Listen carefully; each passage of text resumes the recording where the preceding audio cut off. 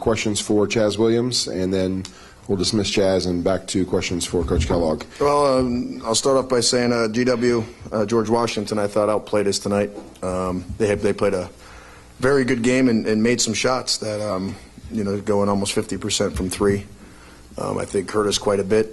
We didn't take advantage of a lot of the opportunities that we actually had. We didn't make the shots or the plays when we had gotten the game sped up to a certain extent. And so we will move forward. At least I can say I'm hoping that we were able to move forward and play again. Time has passed. You lose here and you go home and you move on. But at least I think this team, has some life left in us. A couple days off will be actually pretty good for us because it looked like our legs on some of our threes weren't quite there. And I'm not too happy. It's been an emotional kind of start with the St. Louis game into this game, and even last night versus Rhodey. They got a little emotional. Everybody's putting a little, trying to win maybe a little too hard. All right, questions for Chaz, please. Chaz, is it concerning to you at all that you guys were a little bit inconsistent, especially early last night and tonight, to not play as well as you guys have played this season? Yeah, it's a little frustrating. Maxie Isho has actually been carrying the load, honestly. And for our sixth man or the seventh man off the bench to be carrying the load, that's not real good to the guys that's starting the game. And we all understand what we have to do. And man, like Coach just said, we just gonna have to just sit and wait. Hopefully Sunday it's all good, everything is good, and we get our name called. You feel confident that's gonna happen? Yeah, I feel tremendously confident about it. We played some tough teams this year. We beat some great teams, and now it's all about passing our test. Chaz, I want to go back to that sequence of events at the end of the first half where they went on a little 5-0 run. What did that do to the team mentally going into the half? Because you guys were making a run at the end, and then all of a sudden, boom, it's up to 9. It didn't do much to us. We've been in that situation before, but it hurts a lot more when you trying to make stops and then you stopping the guys, and then here they come with a nice run. So it always hurts just to know like you're doing good and then they overpower it. Chaz, did you feel at all like you had to take matters into your own hands a little more late in the second half?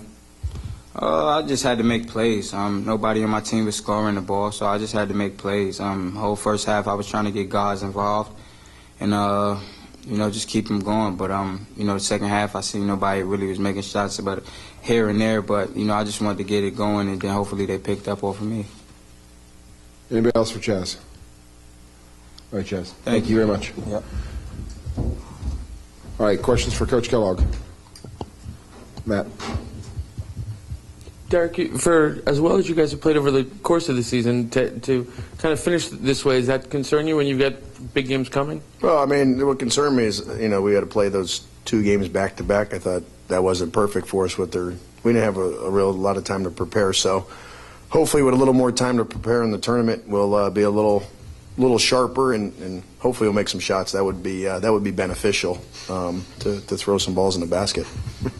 Is playing that 1-3 playing against that 1-3-1 particularly hard with no time to prepare? Yeah, that was difficult. Really, what was difficult, honestly, was the end of the first half. That drove me to insanity, actually. It was not fun in the locker room because we cut it to 4. The flow of the game was our way. I thought we had them right kind of where we wanted them, and kind of a couple just non-smart basketball plays gave them the momentum going into the halftime.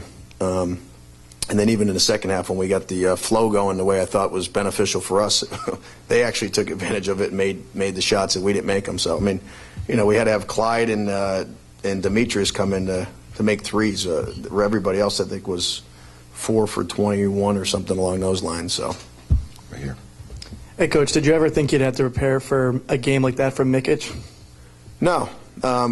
We've known he's been a good shooter for a long time, but that 9 points in the first half, actually, that kind of propelled them and gave them some confidence. I thought we were guarding him pretty well, and that they actually were running things for him was a little surprising. But he's a good player. He gives them another weapon. And as you can see, when you can make some 3-pointers, I think that loosens things up, that opens the game up for him. Here. You said guys maybe trying to do a little too much. What do you do over the next couple of days to just kind of rein that in? Because obviously you're right. You know, and I talked about maybe having a little too much honest, because I thought our whole staff, myself included, we were a little probably too emotional, because you know, I really wanted to win the tournament. I wanted to play well. I wanted to get our guys prepared for the next step. I mean, I think our staff and even the players maybe were a little more tense than normal. And so there'll be a lot of reflection, and I think coming into the NCAA tournament, our guys will be ready. We're gonna calm down a little bit and play our game and concentrate on defense and rebounding instead of worrying about scoring the ball. Derek, you spent almost the whole 2 days trailing. How tiring is that for a team, and how much do you have to adjust the game plan that you mapped out when you're always playing from behind?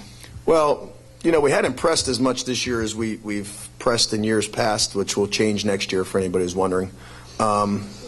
And with that being said, when we're playing the kind of style and trying to come back, we're pressing, and I didn't think we took it. I'll tell you what, I will say this, Ron. The game, even though it wasn't the way I wanted it to be, the pace was where it needed to be for a while there, and I haven't been in one of those in a while where we didn't take advantage of it. About 17 different times, and then they made a few big plays, and ones and a couple threes. So I think if we're going to press like that in the NCAA tournament, the next 3 or 4 days will be definitely a little more up tempo and trying to get it in faster.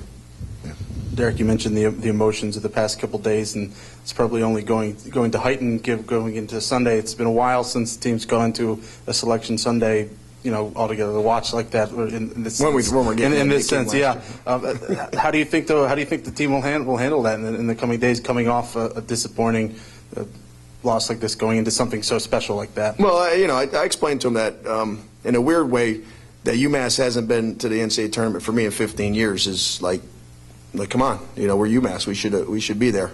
And so let's not go in there like that's good enough, that everybody's excited we're there. No, I want to go and try to win.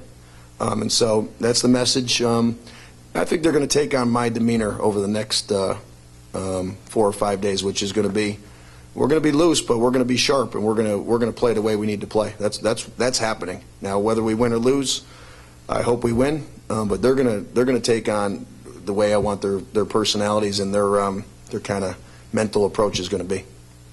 How much of a silver lining is Maxie's play? He's been great. As you can see, when we play a little more up and down, a little more freelance or freewheeling and pressing, he's fantastic. He might be the best one-man press in the country. And so that would be one of the reasons, too, for next year. We're going to be pressing more, because I'm hoping he'll be on the front of that pressing on the ball. But come NCAA tournament time, if he's got more legs and is bouncier and is playing better defense than the other guys, then he's going to play. I mean, he's really our sixth starter, and he's just behind a couple guys that are seniors, and I'm not one that likes to just change lineups to say I'm changing them, because I think he's deserving to either start or play 29 minutes a game. All right, 2 more. Given the boost Demetrius gave you there in the second half, do you sort of wish you went deeper into your bench earlier, or is that? Yeah, I mean, I think about that all the time. Early in the season, I should say, not earlier in the game. I look back on it and reflect, but it was going so kind of well, and it looked like everything was going well. I kind of wanted to stay with the older guys and the guys that have been there. But I do think it would have been nice to have worked one more shooter in, whether it's Demetrius, Clyde, or even Seth. Those guys have practiced fantastic all year. I mean, I'm proud of Demetrius, Seth, Jabari, Clyde, and even Zach Coleman. Those guys have been great, and I'm looking forward to someday being in a similar position with those guys being juniors and seniors. All right, anybody else? All right, thank you. Thanks, guys.